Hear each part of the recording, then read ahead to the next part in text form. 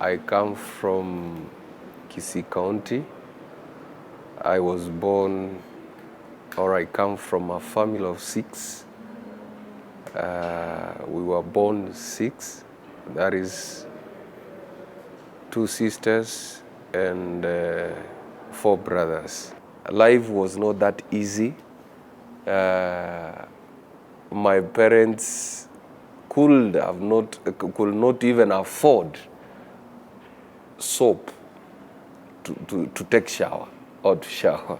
So it is something which was very hectic to me. And in that family where I was born, it's only my father who did CPE. That is in terms of education. So nobody in our family, including my uncles, could have told me the importance of education. That is one. So secondly, I was mad with the jiggers. So jiggers came in, but people have that norm that in uchawi, this is witchcraft.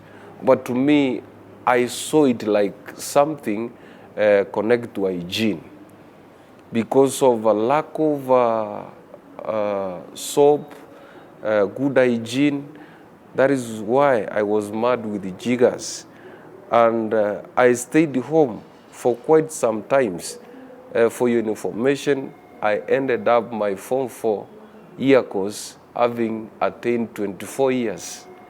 So it was not something that was not easy for me, because poverty was a talk of the day in our family. When I see any total orphan, when I see any child who is not well dressed, who is not in a good condition, then I connect, I flash back, and I see where I came from. I see that person in the same scenario. Now, mine is to make sure that this person lives a better life. I started an initiative called Girls Care Initiative, which I've been using as an organization, as a platform to reach vulnerable children and total orphans, especially girls, because as we understand that all girls are vulnerable. All girls in any community are vulnerable, and especially from underprivileged families. So I introduced this initiative basically to mitigate the challenges that these girls pass through while in school and outside the school or at their homes. And the reason as to why I began this is that these girls may be comfortably continue with their academic endeavors. Because you find when a girl is on a menstrual period time, she misses a lot of lessons. That is how I started. I started as a Girls Care Initiative. But as time prevails, I've changed to both boys and girls. I'm now venturing on the challenges that these people or these children, these young people goes through, especially while in school.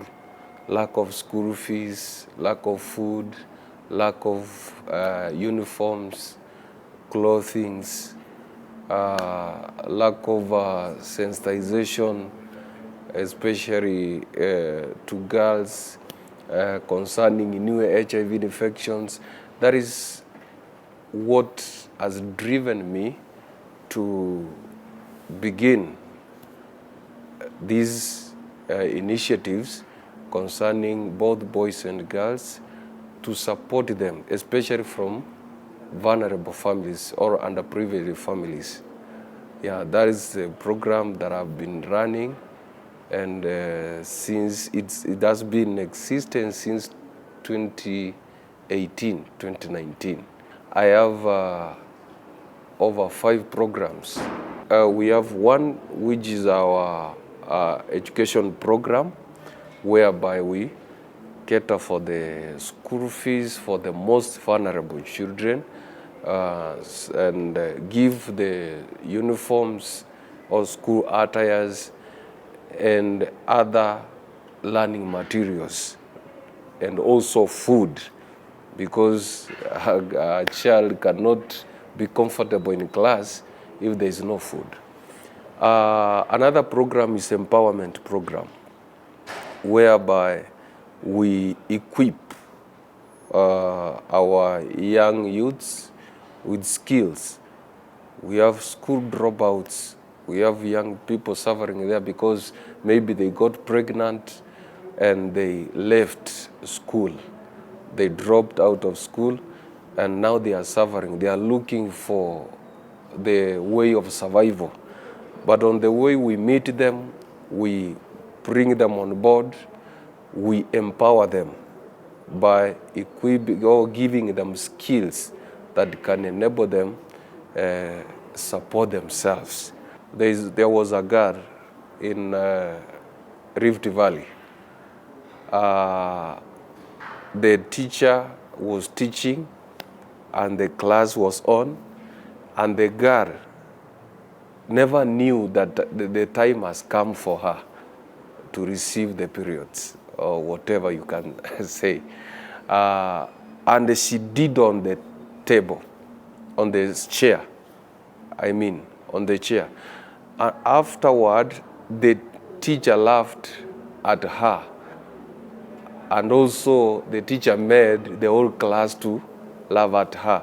So after school in the evening, that girl went home and she took suicide, because it was like something like a mental torture. So it drove me. By that time I was a mjengo person. I was doing mjengo, and I could have to save at least 50 shillings, because there are many people like that girl who are suffering the same.